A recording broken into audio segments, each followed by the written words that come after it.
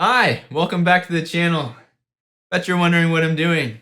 Sure looks like I'm doing something dirty. Well, you're right, I'm painting. Put on your paint clothes, let's hop into the studio.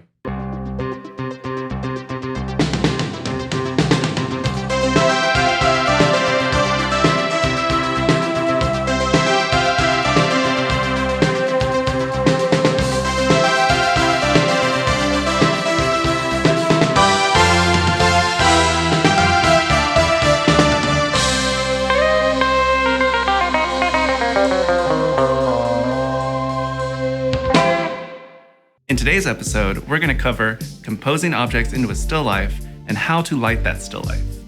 Then, we will walk you through painting those objects while offering our own tips. So why do we start out with painting from life as opposed to painting from pictures or our imagination? This might be a question you were thinking about, and if not, you certainly are now. In the beginning stages, painting from life shows us how form and light work in a three-dimensional space. Something a photograph or our imaginations can't always replicate.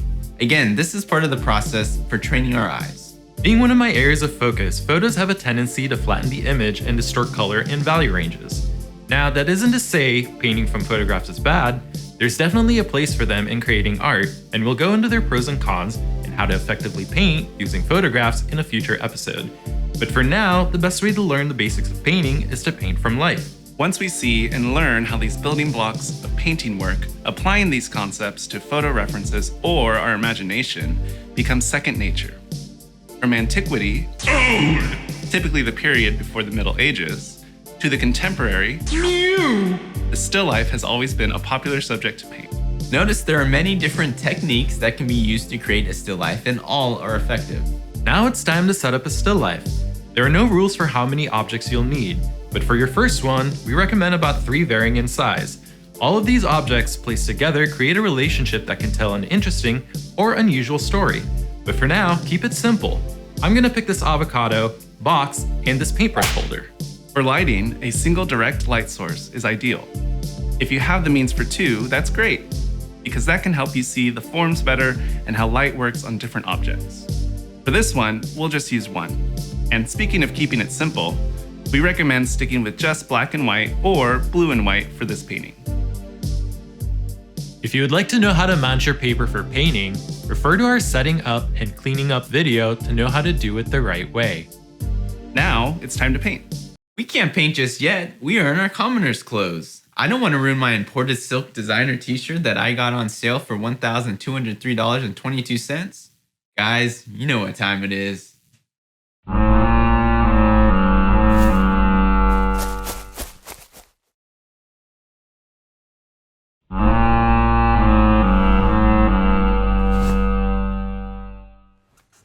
It's painting time!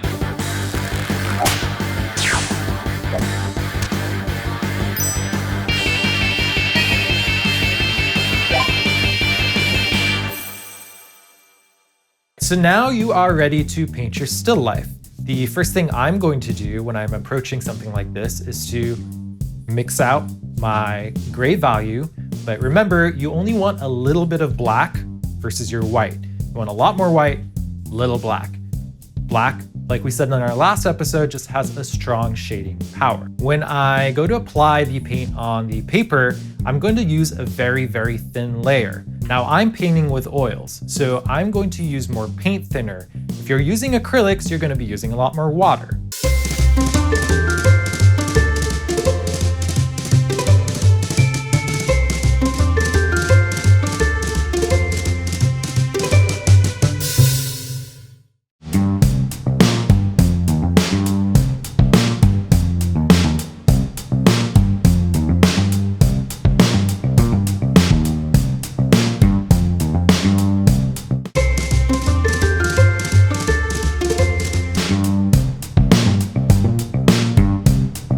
So right now I'm just focusing on what I see is the whitest and what I see is the darkest parts of the painting.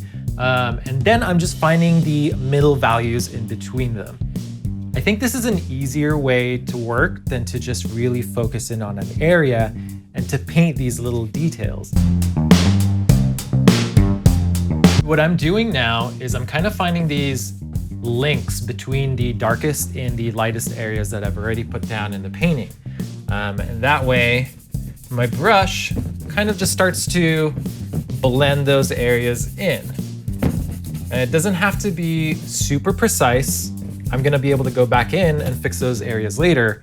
But for right now, this is just another little tactic to get things out on the paper easy.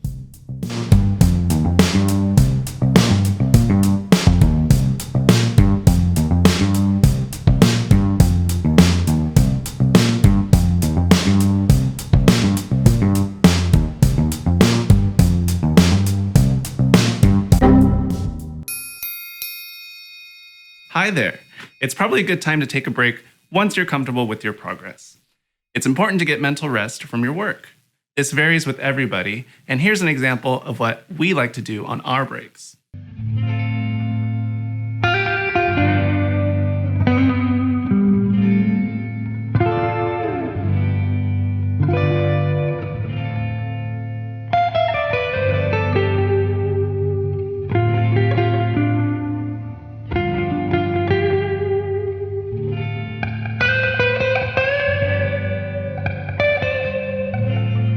Now, back to painting.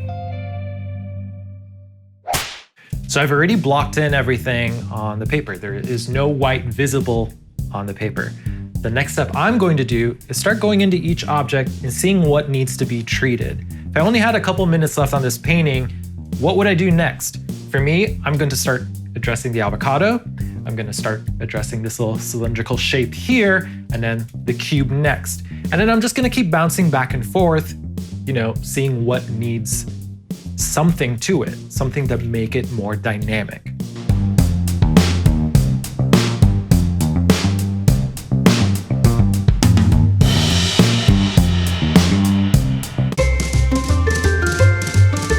So what I find helpful with using two brushes is I can dedicate one towards my lighter values and one towards my darker values. This really helps into not muddying your paints because you really don't want to mix the two.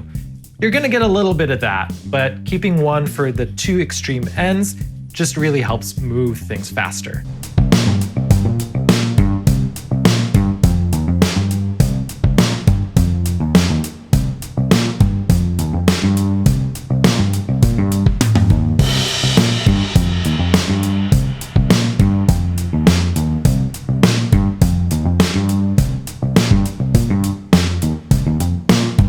So right now what I'm trying to do is just find the really dark spots in the painting. I'm seeing what areas haven't been treated as well as they could be.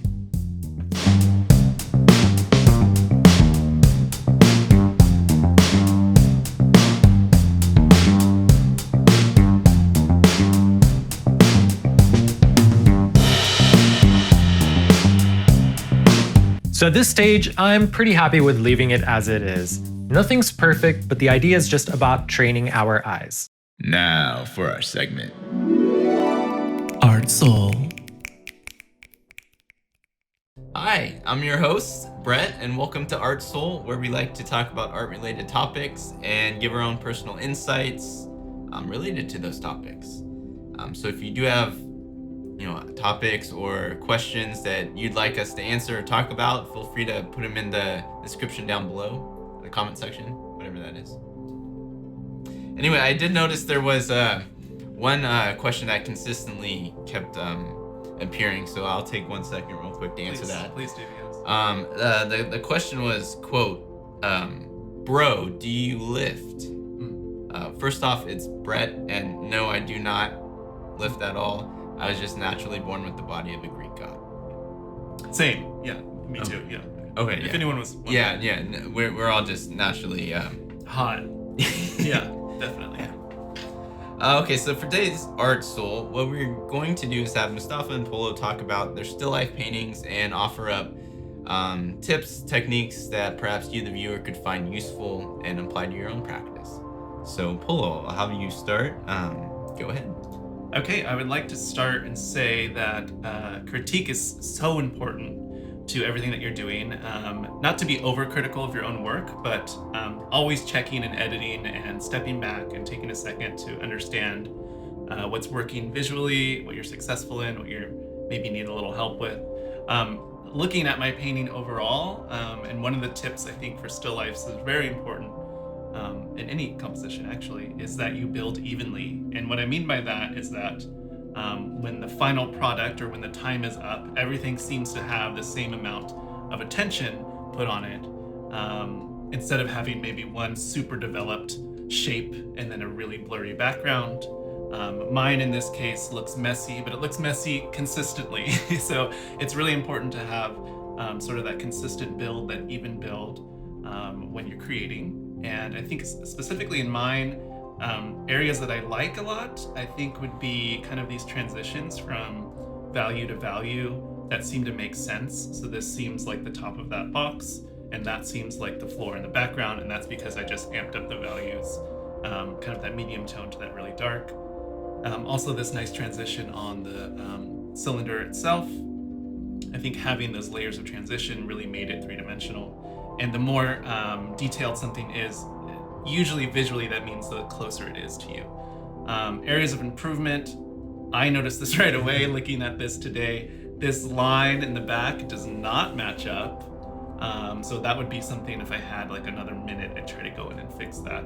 But like I said, because it's wonky and weird, kind of messy all around, it maybe is a little less noticeable. No, and I think there's a good point in there too that I might want to reiterate is what I've noticed a lot of beginning students especially tend to focus on the actual objects, the things we could recognize, but it's equally important that we address the space around it, the environment, the light. Those are all key components that contribute to developing a fully, I guess, realized painting, not just the attention to the objects. So, Mustafa, why don't you tell us about your painting? Yeah, so I think just to kind of reiterate what Polo was saying about giving something equal treatment, that's pretty much what I was doing. While Polo's painting is incredibly lively and there's so much happening, like mine was pretty much even. I mean, for me, I'm just a naturally flat painter. I like to smooth things out quite a bit, and so whereas you see a lot of the brushstroke in Polo's painting, there's a lot less of that in mine. But the thing is, I'm giving, like Polo said, equal treatment to everything. What I find really engaging about Polo's work is looking at, say, the surface that the objects are sitting on, as well as that background. It's really lively. You see so much, just having all of that contrast in the brushstrokes between the light and dark. That's really nice. That's what gives a painting this heart to it and this expression of the artist. Whereas mine, it's pretty flat. But again, that is just sort of how I paint, and I don't treat subject matter in that same sort of like lively sense. For me, colors where I come in at. Black and white, not so hot. Yeah, and I think to clarify things for the viewer too, it's not that the flat, smooth painting is necessarily bad or doesn't give character. It gives a specific type of character to the painting that is different than when you see the very expressive brushstrokes. I agree, and I think my character isn't quite as effective as Polo's. Mine's better. We'll just write that. No, just kidding. No, what I do like about yours, and sorry I didn't speak about it before, but this real strong contrast in the light and the dark, it really allows for that push in space. Also on the base or cylinder or whatever as well. It's really more defined from the wall. So his technique has different advantages to my technique. And recognizing those strengths and recognizing your weaknesses and trying to get a balance in between the two, I think is the most important thing. So Polo, are there things you might want to add or do differently if you were to repaint this painting or go back into it? Yeah, I think maybe if I had a few more minutes on it, like I said, better defining this line, just being a little more, having a little more edit to my vision, because I kind of was just going. And although it's built evenly, there's some areas where I could push those values to have a broader range, as we talked about in Mustafa's. And this just seems so off to me. So fixing that's what I would say. But being just training your eye to see those mistakes in real time as you're creating, I think it's difficult, but it's very helpful. And then Mustafa, same question to you. Other than completely starting over, what would you do? Well, I would say the avocado does not look much like one, and it looks like a lump of coal.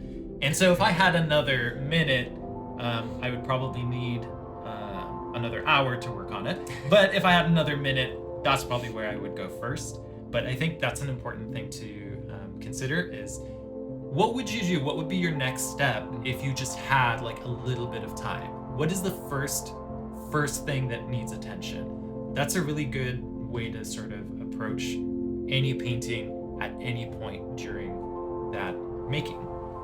And if you don't know, or if you're like, I don't know what I can fix, show somebody else and they will tell you like, oh, that's a nice piece of coal. And you're like, that's not what I meant that to be. So other eyes can also be nicely critical and helpful. Great. And so another piece of advice, in terms of still life or any subject matter that you are painting, try to position your painting, your easel, wherever you're working off of, so that your eyes have the least amount of travel from the subject to the painting itself. You don't want to be painting on like one side over here and then having to look all the way over here just to see what's going on. You want to be looking at your subject matter more than anything and just trying to dissect and see what's going on. So try to bring those two as close together as possible. You want to look at your painting, subject matter. Painting, subject matter. That's it. All right, very wise words. Yes. All right, we'll leave it at that. Thanks for tuning in. Please remember to like, subscribe, and hit the bell for notifications. And if you did not like this, the best way to spite us is to like, subscribe, and ring the bell for notifications. Signing off, this is Brett, and Polo, and Mustafa. Bye.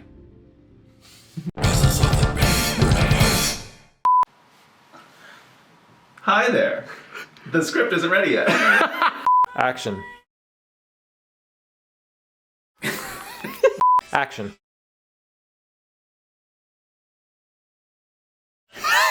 Action.